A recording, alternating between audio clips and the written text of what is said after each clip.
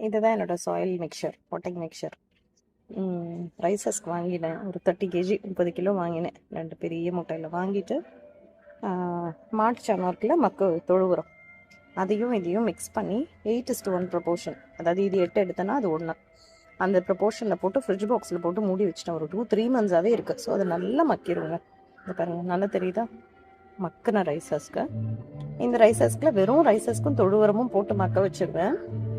பாட் பண்ணும்பொழுது இதில் வந்து போன் மீல், கொஞ்சம் வெர்மி கம்போஸ்ட், அப்புறம் சாஃப் கொஞ்சம். எது சாஃப் எதுக்கு யூஸ் பண்ணுவேன்னா, வெறும் ரோஸ் பிளான்ட்டுக்கு மட்டும் தான். வெஜிடபிள்ஸ் வைக்கும் பொழுது நான் அதெல்லாம் யூஸ் பண்ணவே மாட்டேன்.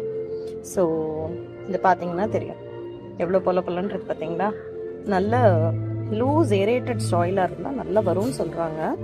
ஸோ இந்த வாட்டி நான் சாயில் அவாய்ட் பண்ணிவிட்டு நான் ரைசஸ்கில் தான் வைக்கணும்னு நான் பிளான் பண்ணி போட்டிருக்கேன் நான்.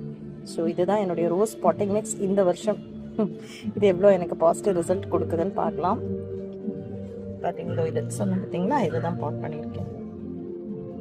இந்த ரோஸ் பிளான் நல்லா ரூட் வைக்கும் போது நல்லா ரூட்டெல்லாம் பிடிச்சி நல்லா நின்றுடும் சாயில். இப்போதைக்கு ரூட் விடலை, ஸோ அதனால் இங்கே எல்லாமே லூஸாக இருக்குது சாயில். பட் இதுதான் என்னோட பாட்டிங் மிக்ஸாக. இந்த வெட்டி கண்டிப்பாக சக்ஸஸ்ஃபுல்லாக வரும்னு ஐ பிலீவ். பார்க்கலாம். நான் அந்த நம்பிக்கையில் தான் ரோஸ் எல்லாம் வாங்கி இந்த வாட்டி அடுக்கிக்கிட்டு இருக்கேன், ட்ரை பண்ணணும்னு.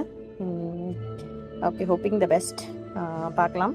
இதில் தான் நட்டுட்ருக்கேன். எனக்கு ரோஸ் நல்லா வந்தது அப்படின்னா நான் எப்படி இதை மெயின்டைன் பண்ணேன், என்ன ஃபர்டிலைசர் ஷெட்யூல் வந்து ஃபாலோ பண்ணேன்னுட்டு நான் அப்புறம் உங்களுக்கு சொல்கிறேன். ஏன்னா நானே இதில் பெருசாக இல்லாமல் உங்களுக்கு நான் வந்து இதெல்லாம் பண்ணேன்னு சொல்கிறது வேஸ்ட்டு.